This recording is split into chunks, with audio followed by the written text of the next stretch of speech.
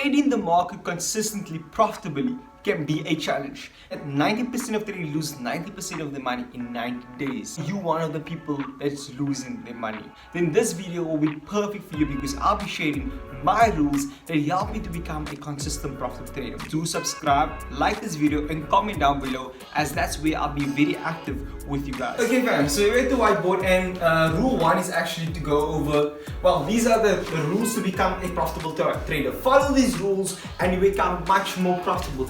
Take me for my word. The first thing is strategy. What do I mean by strategy, okay? Now when I say strategy, think about many people do this and you might fall victim to it. You know, it's about being true to yourself. People join many forex groups, join different groups. I'm hoping they're gonna find that holy strategy. And they buy courses, and it's never going to be a perfect strategy. So rule number 1 is find one strategy and perfect that strategy only.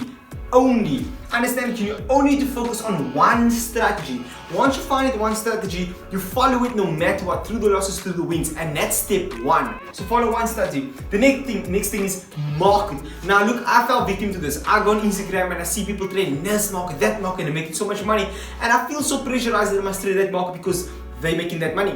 Look, you don't need to be trading that market. Find a market that fits with your personality. Once you find that market, is never going to be a perfect market, but once you find a market, not 1,000 markets, not 5 markets, find at least the maximum 3 markets. I focus on 2 markets, mostly Nasdaq and US30, and sometimes I look at a currency pair like USD JPY, but mainly my main market is Nasdaq. Now I look between these 2 markets only and I perfect that market. So nothing more than 3 markets. Perfect that market, understand that market's personality, and then you move forward.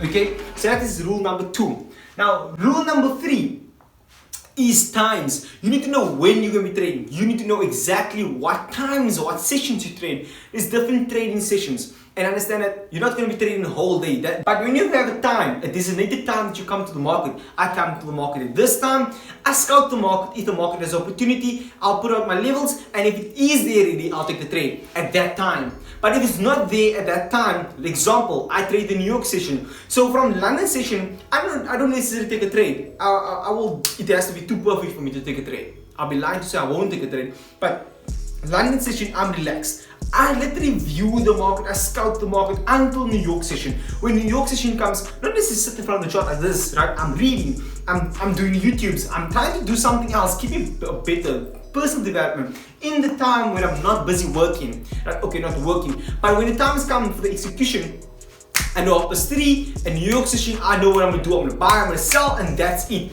On the markets, I am focused on, and as well the same strategy that I'm using every single day. So I'm using the exact same strategy on the exact same market every day at the exact same time. That's what we call a systematic approach to the market. In New York session or London session, right? One of these 2 you're going to focus on. Now Asian, you get Asian. I'm not an Asian trader, okay? So I'm only in New York, but London I scout the market. Now emotions. Come and tell you what. Emotion is a roller coaster. It's never going to be away. It's never going to run away from you, okay? It's never just going to like, yo, Shaquille, I'm done with you. I'm going to move to something else. It's never going to happen that way. What emotions are going to do is, emotions are there, right? To be a human is having emotions, and that's so important. I understand that being a human means having emotions.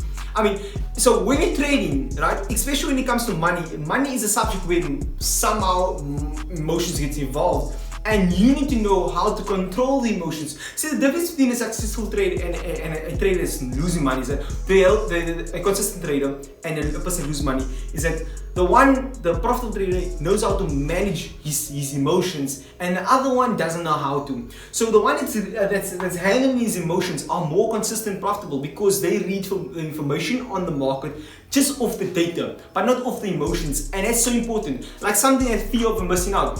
FOMO is a fear of missing out. That is fear of missing a trade going your way because you saw a trade go your way last week or whatever. Now you missed this one. Maybe this doesn't go away. No, relax. The main thing is to keep calm. Stay calm and remind yourself that you have a plan. Right? You have a plan in action. We will speak about a plan. You have a plan in action. What time you trade. All these important parts of emotions. It's so important part because I know what happens in the market sucks you up in a state that you feel so that you need to place a trade, right? And that's where emotions kicks in. Okay, I need to increase my risk because this trade looks so amazing. I might make so much money. That's emotions. Another one being, think about like something as small as money phobia. I know what money phobia seems like. What? Money phobia, think about this. Have you seen people like snake phobia? Like if a snake comes close to them, they're scared, oh, they scream. Now money phobia is the exact same thing happening. It's the same as a snake phobia or a phobia of heights, phobia of whatever the case is, of sharks. There's something called as money phobia. Now this is very important, guys. Money phobia means that people are scared to lose money. And when you're scared to lose money, what happens is there's an emotion attached to that. And when it comes to market, guys, if you're scared of losing money, are you going to be placing a trade of logic or are you going to be placing a trade of emotions? And I'm like 100% sure if you're scared of losing money, then you definitely have a hard time making money in the market, because you need to have logic, using plain simple logic, or analyzing the market for the data for what it is, not for what I think should happen. Oh, I'm scared. Because when you have money phobia, what happens is that you're scared of risking that money, so you try to your stop loss, try to get a perfect entry, and that perfectionist kick in, and that's not the great thing, which kind of comes down to a S. So like what am I saying is that you get the ESBI. Now what is this? E, a person is employed. S, self-employed. B, big business. I, an investor. Thanks to Rich Dad, credits go to Rich Dad, Robert Kiyosaki. The credits goes to him because he opened mind to this, right? And I was like, E has a different logic, has a different management of emotions. E is much more, I need to play it safe. Okay, and I'm explaining to you how this relates to trading. S is someone that needs to be a perfectionist. He needs to do everything for himself. He's self-employed. I need to make this happen. His time. He's a perfectionist, right? B is a person that is more of a, I'll get people to do it for me. And then I is a person that knows how to manage his risk and understands the market himself. Now what if you're trying to become, if you're moving from a job to becoming to trading, you have a different mindset. You're coming from a safe haven. You're coming from a place where it's safe into a place where there's risk. So you need to know how to manage that emotions totally different to a person that is an I. Now a S is a person that's a perfectionist. He's gonna have a hard time with actually getting perfect entries or find the perfect market. And that's totally, it's good, but it's not good, because what's happening is if a perfectionist, like a self-employed person, he wants to do everything himself, right? Which is good. But what's gonna happen is the market's never gonna be perfect.